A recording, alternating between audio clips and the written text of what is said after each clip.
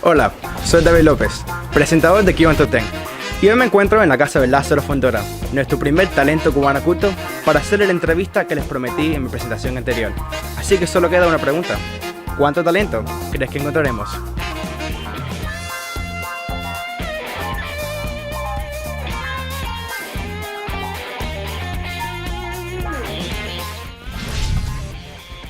Nací en Quemados de Guine, un pueblo chico cerca de Sagua la Grande, al norte de la antigua provincia de Las Villas. Es un pueblo donde hay figuras grandes como Osvaldo Farré, Enrique Núñez Rodríguez, Julito Martínez y otra gente, pero bueno, Osvaldo Farré es el más destacado de todos, ya que no solo es conocido en Cuba, sino fuera en Cuba, en los Estados Unidos, en Europa. Es el autor de Madre del Alma Querida, Tres Palabras, Toda una Vida, Quizás, quizás, quizás y otras tantas que fueron famosas, incluso cantadas por Nat King Cole. Bueno, más que todo me he creído un obrero, un trabajador del arte y no realmente un artista. No he tenido esas aspiraciones nunca y eso es una cosa que me ha hecho daño. Pero realmente he tratado siempre de hacer lo mejor posible lo que se me pide para lo que se me pide tanto en el periódico como en la revista, como en los centros donde he trabajado. Y lo que he tratado es de cumplir dignamente, éticamente, con calidad, que el mensaje llegue fácil, pero no con grandes vuelos. Nunca me he propuesto eso.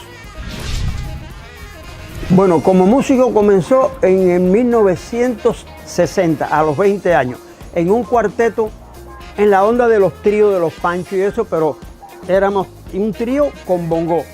Incluso ya en el año 61 habíamos hecho una actividad en San Francisco, en Lawton, con Tejedor y Luis, incluso los acompañamos y cantamos con ellos. En el año 61 y yo a los 21 años. Después este cuarteto se convirtió en un combo, después yo tuve un trío, después un cuarteto.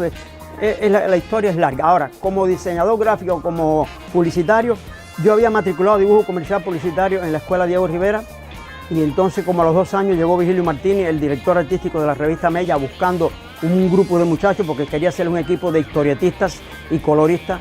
Se llevó a 8 de la escuela, entre ellos yo, y después quedamos 6 y yo trabajé muchos años como el jefe del departamento color para las historietas que hacíamos. Y a partir de ahí, bueno, después trabajamos, soy fundador de Juventud Rebelde, tuve 14 años en ese periódico, soy fundador de Somos Jóvenes, trabajé 10 años en Somos Jóvenes, y ese es el comienzo mío como gráfico y como músico.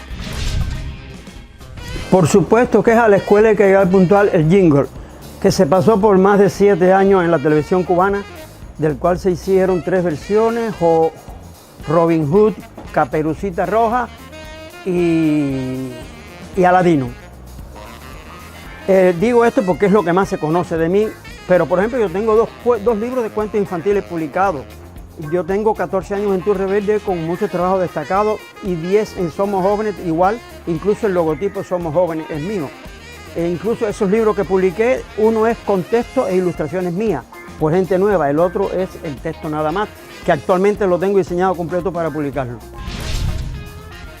No, nunca me hice grandes metas y a mi edad mucho menos, pero siempre traté de ser honesto, como dije ahorita, de cumplir con lo que se me pide, con ética, con calidad, que el mensaje llegue claro, que a la gente le guste, le agrade, que se le quede de una forma satisfactoria, pero no me he propuesto grandes cosas en el campo, sobre todo de la gráfica. En la música hicimos grabación, hicimos televisión, radio, pero bueno, no es igual. Vicente González Rubiera, más conocido por Guyún. Un músico que hasta Leo Brauer le decía maestro, Somavilla, Guzmán le decían maestro.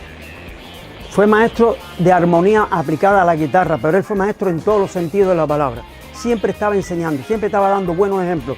Él siempre estaba detrás de ti para que fueras ético, para que defendieras el arte que estabas haciendo y lo llevaras hasta lo infinito, que no te conformaras con rápidamente resolver algo, que siempre estuvieras estudiando. Él siempre estaba con los grandes músicos, con las anécdotas de Caruso, del otro, siempre. Fue un gran maestro en todos los sentidos de la palabra. Además, lo demostró, se metía debajo de un automóvil, lo arreglaba, hacía un equipo de amplificación y no había ni que probarlo porque se sabía que tenía calidad. Arreglaba un televisor y sin embargo era un señor profesor de armonía. Esa pregunta se las trae.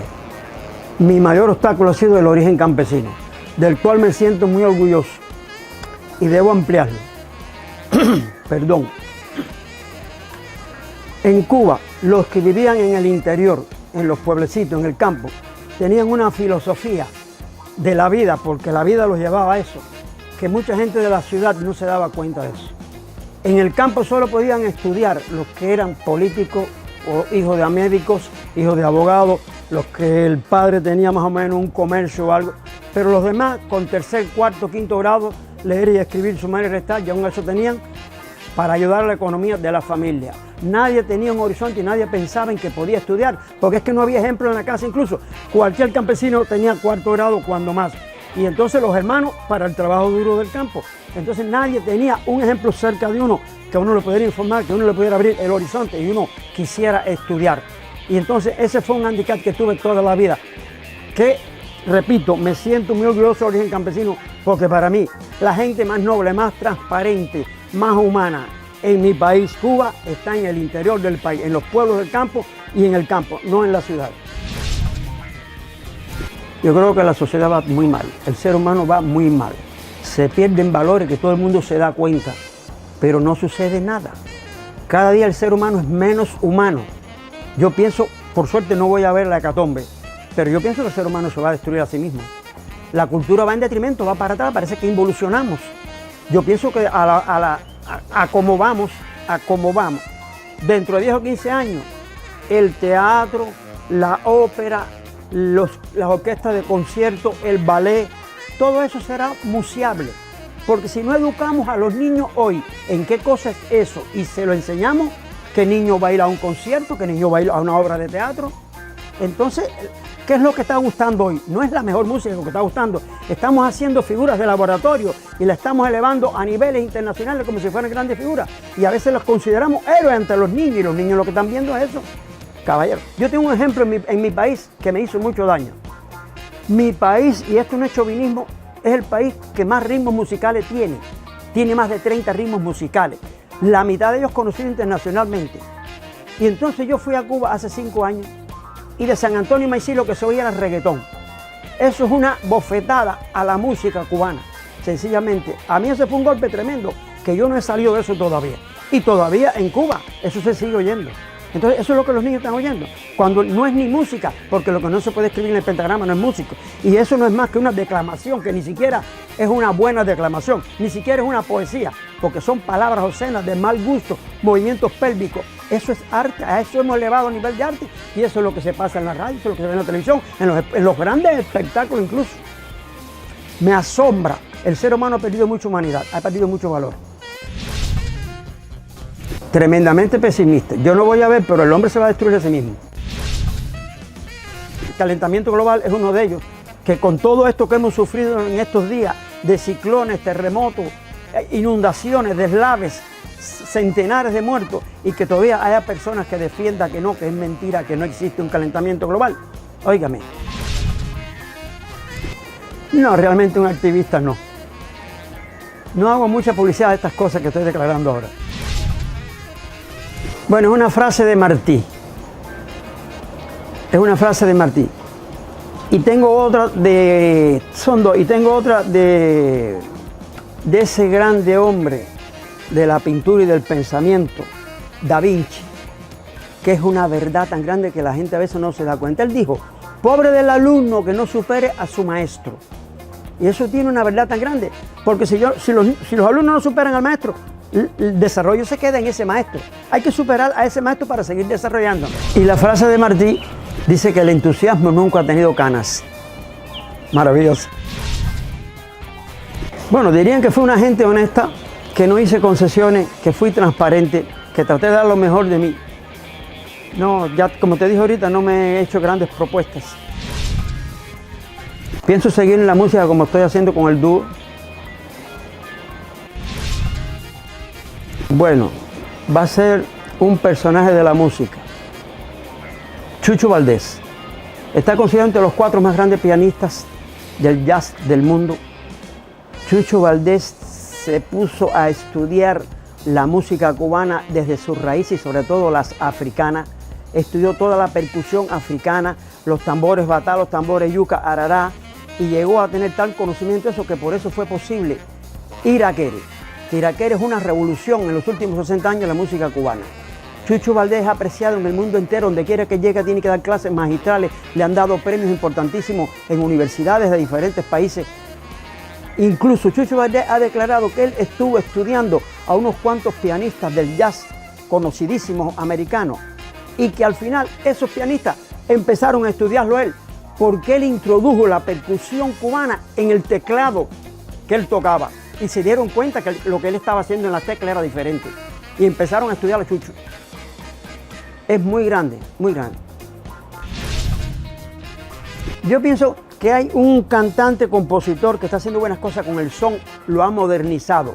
Kelvis Ochoa es muy bueno, ha hecho muy buenas cosas con el son, incluso aquí pasan videos de él y en Facebook lo ponen también. Y hay otra que es Larissa Bacallao, muy buena cantante en cualquier terreno que la tire. Lo mismo te canta un guaguancó, que una rumba, que un bolero, que un feeling, que un bar, que una cosa internacional. Son las dos figuras que últimamente, sé que hay otro cantante muy bueno, que ahora no me acuerdo el nombre, que Marc Anthony lo tiene apadrinado y lo he oído y es bueno también.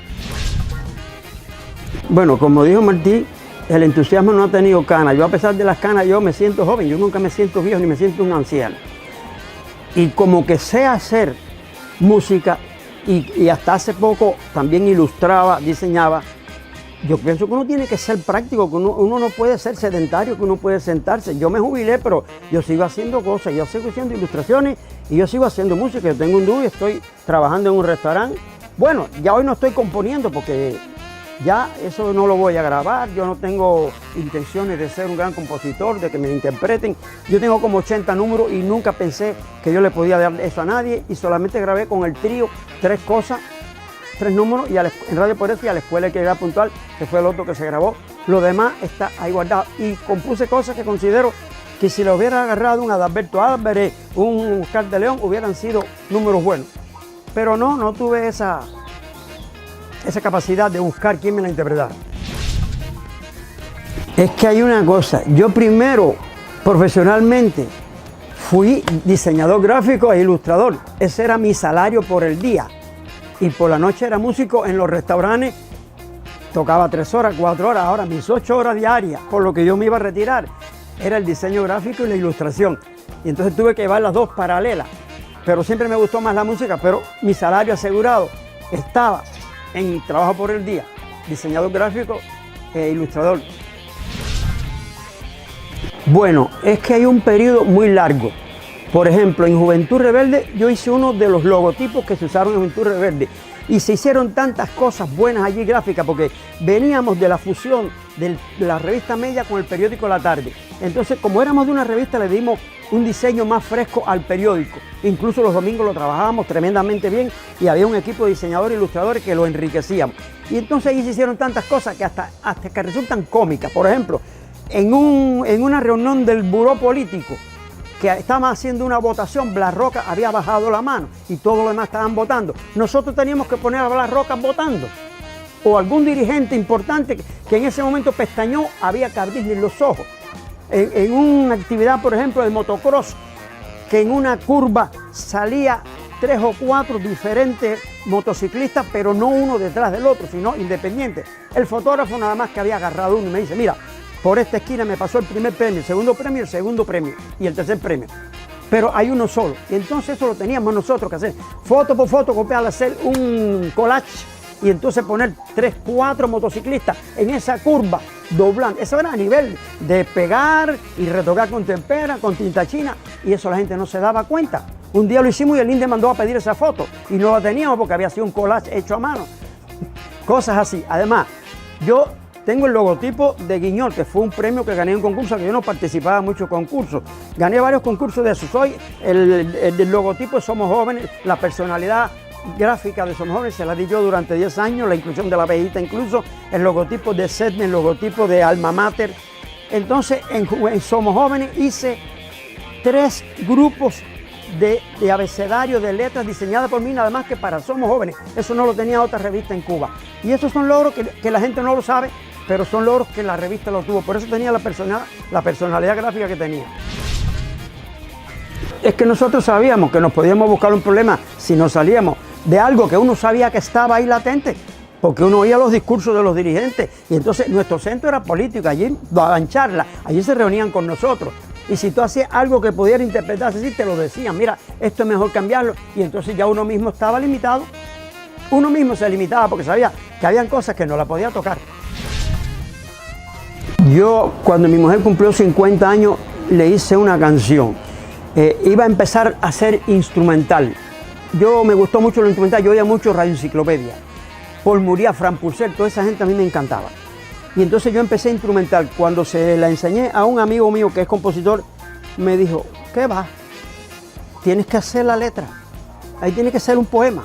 Con esa música que tú estás haciendo y de 50 años tu esposa, eso tiene que tener un poema. Efectivamente, empecé a hacer el poema y para mí es lo mejor que he hecho de los 80 números que tengo. Y tengo algunas cosas de las que estoy feliz. Mira, solo una pregunta más. ¿Tú escribes poesía? Bueno, más que poesía, escribo décima, escribo cuarteta. Por ejemplo, hay una sobre el malecón que dice: bello es el atardecer del malecón encantado, parejas de enamorados, pescadores por doquier, copelia, sabor, placer de una juventud radiante, esa rampa rutilante de musicales destellos, de risas en los cabellos y caderas ondulantes. ¿Es una décima? ¿Qué te pareció? Hermosa. ¿Te ves? Colofón. Oye, ¿ya? Ya, ¿para qué tal?